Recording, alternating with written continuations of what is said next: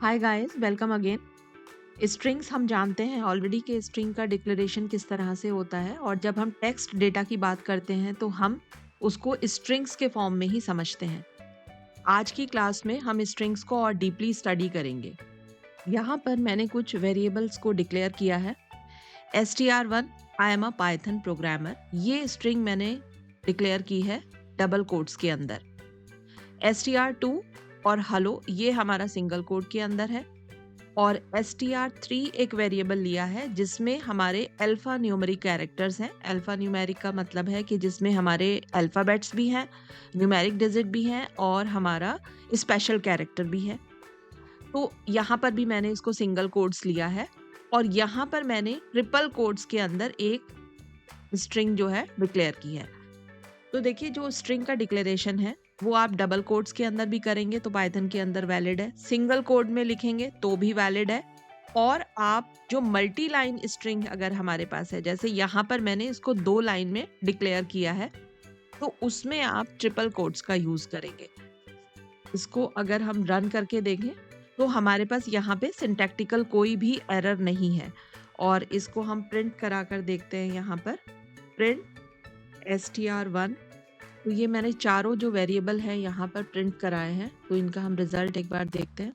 Print str1 I am a Python programmer, hello, जो कि single code में declaration है, तो ये हमारे पास वैलिड है। आप चाहे डबल कोड में डिक्लेयर करें स्ट्रिंग को या फिर आप सिंगल कोड में करें, वो हमारे पास वैलिड है पाइथन के अंदर। और गीता 345, ये जो मल्टी कैरेक्टर स्ट्रिंग मैंने यहाँ पर डिक्लेयर की है, इसको भी मैंने सिंगल कोट्स में की है, डबल कोट्स में भी हम कर सकते हैं, तो ये भी हमारे पास सही प्रिंट हो रहा है।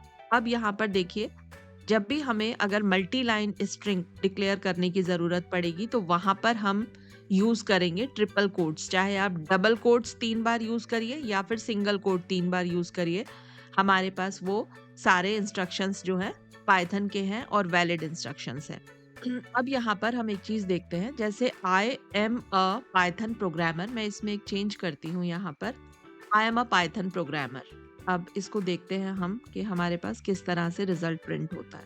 I am a Python programmer, तो इस तरह से अगर आपको कहीं पर अपॉस्ट्रोफी वगैरह यूज करनी है तो आप इसमें बस कंडीशन क्या है, आपको जो हमारे ये कोड्स हैं, जो इन्वर्टेड कॉमास हैं यहाँ पे, इनको बैलेंस रखना पड़ेगा। जैसे ये हमारा बिगिनिंग कोड है और ये हमारा एंडिंग कोड है, तो यहाँ पर हम एक सिंगल कोड जो है यहाँ पर मेंशन कर सकते हैं। अगर मैं यहाँ पर डबल कोट्स दे देती हूँ तो देखिए हमारे पास एरर आने वाली है। यहाँ पर रेड लाइन से ही हमें ये इंडिकेशन मिल गया है कि आपने कुछ गलत यहाँ पर हमने कर दिया है। तो इसको हम रन करें अगर, तो ये देखिए हमारे पास यहाँ पे एरर है, सिंटैक्स एरर, अनटर्मिनेटेड स्ट्रिंग लिटरल।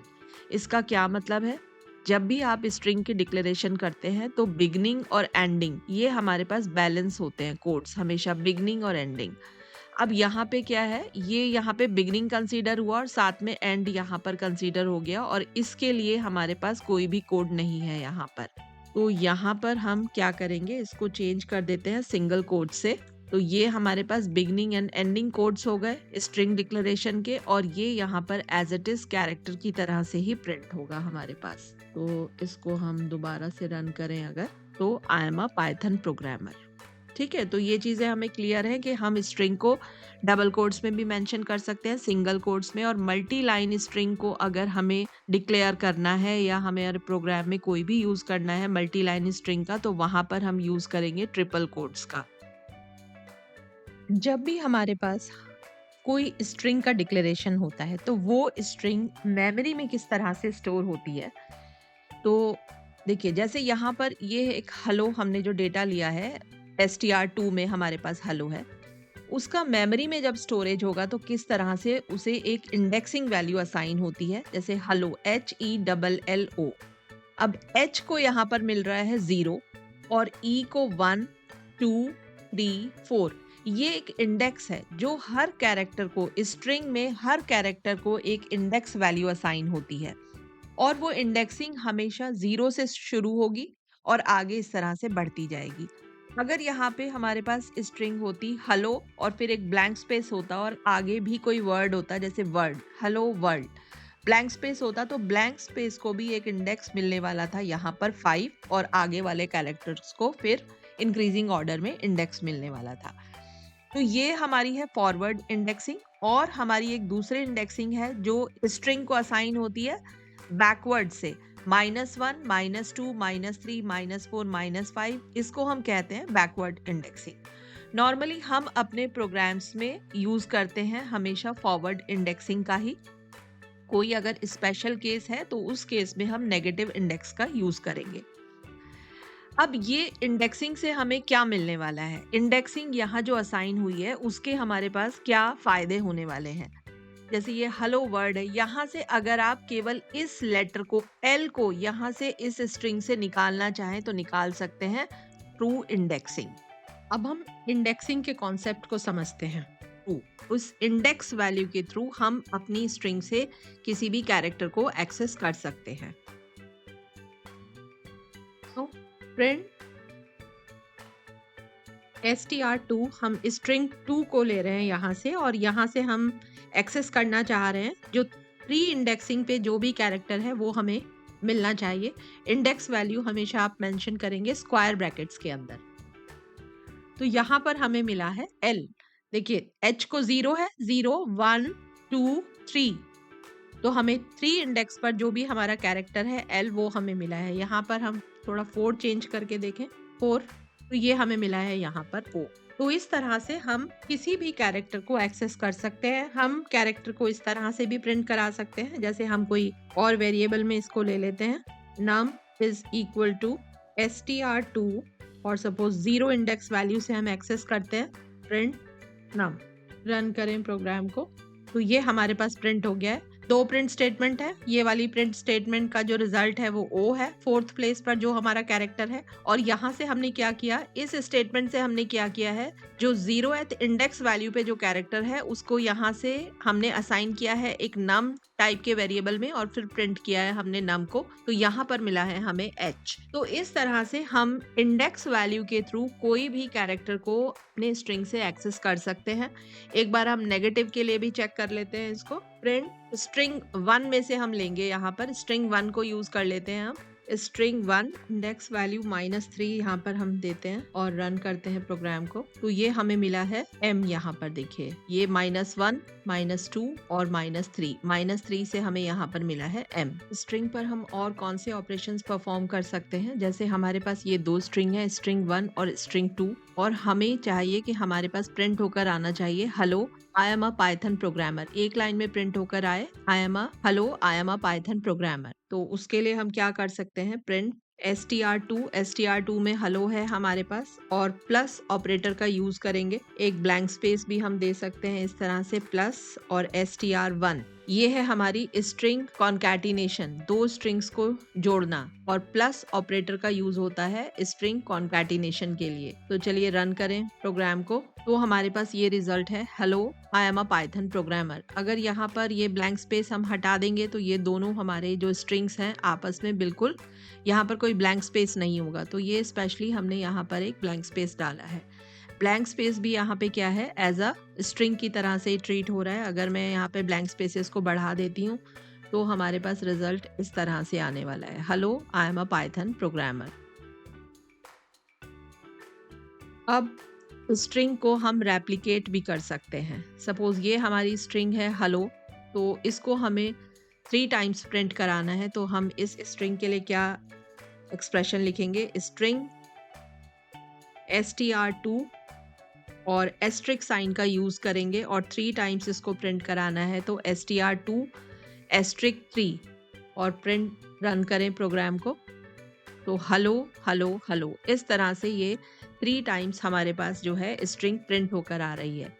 ये स्ट्रिंग के केस में ही ऐसे होगा। अगर यहाँ पे हमारा स्ट्रिंग 2 जैसे वेरिएबल है, स्ट्रिंग टाइप वेरिएबल है ये, अगर यहाँ कोई न्यूमेरिक वैल्यू होगी तो इसके ऊपर, क्योंकि एस्ट्रिक साइन आप यूज करेंगे तो अर्थमेटिक ऑपरेशन परफॉर्म हो जाएगा, मल्टीप्लिकेशन। लेकिन स्ट्रिंग के साथ क्या है, ये हमारी स्ट्रिंग को रिपीट करता है, तो एस्ट्रिक साइन होता है स्ट्रिंग के रिपीटिशन के लिए, और यहाँ पे जो प्लस साइन हम यूज करेंगे वो करेंगे 2 या 3 जो भी हमारे पास स्ट्रिंग्स हैं उनको कंबाइन करने के लिए, और इसको बोलते हैं कॉन्कैटिनेशन ऑफ स्ट्रिंग्स। इस तरह से ही हम स्ट्रिंग्स को कंपैरिजन भी कर सकते हैं स्ट्रिंग्स में। जैसे हम अगर करें print str1 is equal to str2, तो देखिए रिजल्ट क्या आता है हमारे पास, फॉल्स, क्योंकि हमारे पास str1 और str2 इक्वल नहीं है। यहीं पर अगर हम एक चेंज करें, str1 str2 को कंपेयर करते हैं, हम सीधा यहाँ पे एक स्ट्रिंग दे देते हैं हेलो, और अब इसको हम रन करें तो ट्रू, हमारा रिजल्ट ट्रू है, क्योंकि str2 हमारा वेरिएबल है जिसमें हमारे पास हेलो है, और उसको हम सेम स्ट्रिंग हेलो से कंपेयर कर रहे हैं, तो हमारे पास रिजल्ट आ रहा है यहाँ पर ट्रू।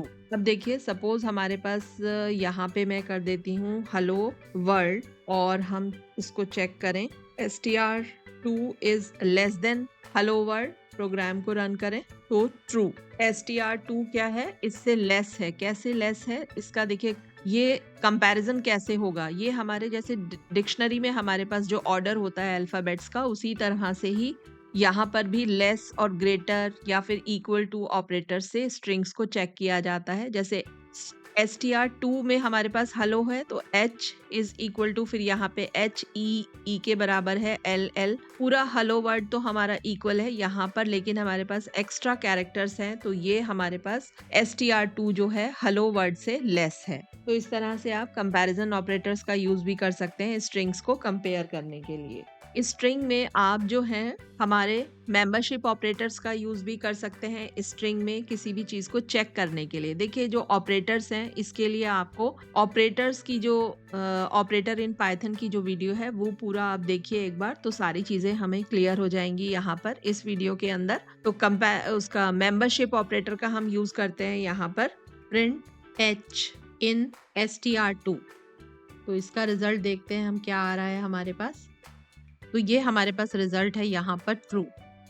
प्रिंट h इन str2, यस h हमारे पास हेलो में है यहाँ पर। इसको अगर मैं चेंज करूँ, यहाँ पर हम कर देते हैं w, तो ये हमें रिजल्ट मिला है फॉल्स, क्योंकि str2 में हमारे पास w जो है प्रेजेंट नहीं है। और इसी तरह से अगर हम नॉट इन का यूज करें अपने इसमें, w नॉट इन str2, हमारे पास दो मेंबरशिप ऑपरेटर होते हैं, इन एंड नॉट इन। तो इसको हम प्रोग्राम को रन करें तो अब हमारे पास रिजल्ट ट्रू है, क्योंकि w एक्चुअली इसका कोई भी मेंबर नहीं है। str2 में w जो है वो प्रेजेंट नहीं है। तो आज की क्लास हम यहीं पर ये जो है एंड करेंगे, और आज हमने कवर किया है जैसे स्ट्रिंग कॉन्कैटिनेशन, स्ट्रिंग को रिपीट कैसे करेंगे हम, कंपैरिजन ऑपरेटर्स का यूज़ कर सकते हैं हम स्ट्रिंग के अंदर, अपने मेंबरशिप ऑपरेटर्स यूज़ कर सकते हैं, इंडेक्स क्या होती है, स्टोरिंग टाइम में इंडेक्स किस तरह से असाइन होगा स्ट्रिंग को, और इंडेक्सिंग का यूज़ करते हुए हम जो है अपने स्ट्रिंग से किसी भी मेंबर्स को एक्सेस कर सकते हैं। तो चलिए फिर मिलते हैं नेक्स्ट वीडियो में नए टॉपिक के साथ। स्ट्रिंग में ही हमारे अभी और टॉपिक्स हैं जो हम कवर करेंगे। तो okay, thank you very much watching this video.